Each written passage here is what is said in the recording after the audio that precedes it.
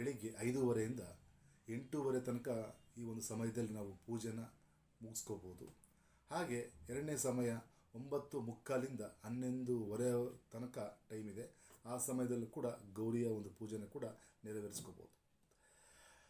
26 ಆದ ನಂತರ 27ನೇ ತಾರೀಕು ಶುಕ್ಲ ಪಕ್ಷ ಭಾದ್ರಪದ ಮಾಸದಲ್ಲಿ ಬರುವಂಥ ಈ ಒಂದು ಗಣೇಶನ ಚತುರ್ಥಿಯ ಒಂದು ವಿಶೇಷವಾದಂತಹ ದಿನ. ನಾವು ಎಲ್ಲ ಆಡಂಬರ ಪೂಜೆಗೆಲ್ಲ ನಾವು ಮಾಡ್ತೀವಿ, ಸಾಕಷ್ಟು ವಿಜೃಂಭಣೆಯಿಂದ ಕೂಡ ಮಾಡ್ತಿದ್ದೀವಿ. ಆದರೆ ಆ ದಿನದಲ್ಲಿ ಮಂತ್ರನ ಪಠನೆ ಮಾಡೋದು ತುಂಬ ಮುಖ್ಯವಾಗಿರುತ್ತೆ. ಸೊ ಆವತ್ತಿನ ದಿನ ಮಂತ್ರನ ಇವತ್ತು ತಿಳಿಸ್ಕೊಡ್ತೀನಿ. ಆ ಮಂತ್ರ ನಾನು ಕೆಲವು ಹಾಕಿದ್ದೀನಿ, ನಿಮಗೆ ಅದನ್ನು ನೋಟ್ ಮಾಡ್ಕೊಳ್ಳಿ. ಮಂತ್ರ ಓಂ ವಕ್ರತುಂಡಾಯ ಹೂಂ. ಈ ಮಂತ್ರ ಅನ್ಲಿಮಿಟೆಡ್ ಚಾಂಟ್ ಮಾಡಿ. ಮಂತ್ರದಲ್ಲಿ ಸಾಕಷ್ಟು ಶಕ್ತಿ ಇದೆ.